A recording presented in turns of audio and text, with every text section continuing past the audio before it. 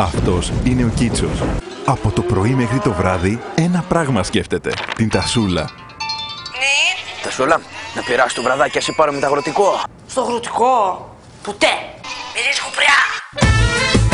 Στην επόμενη στάνη, στρίψτε δεξιά. Άρε Τασούλα, για σένα μέχρι και GPS έβαλα στο γάιδαρο. Τράτζικ.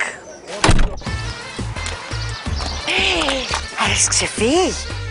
Εγώ έχω ξεφύγει. Εγώ δεν ξεφεύγω ποτέ ρε. Έχω application. Τι έχεις? Κοίτα μπαρείς.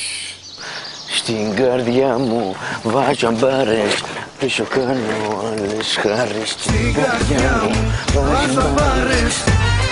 Ακόμα και στο κάρο του χρόνου μας τσικάρω.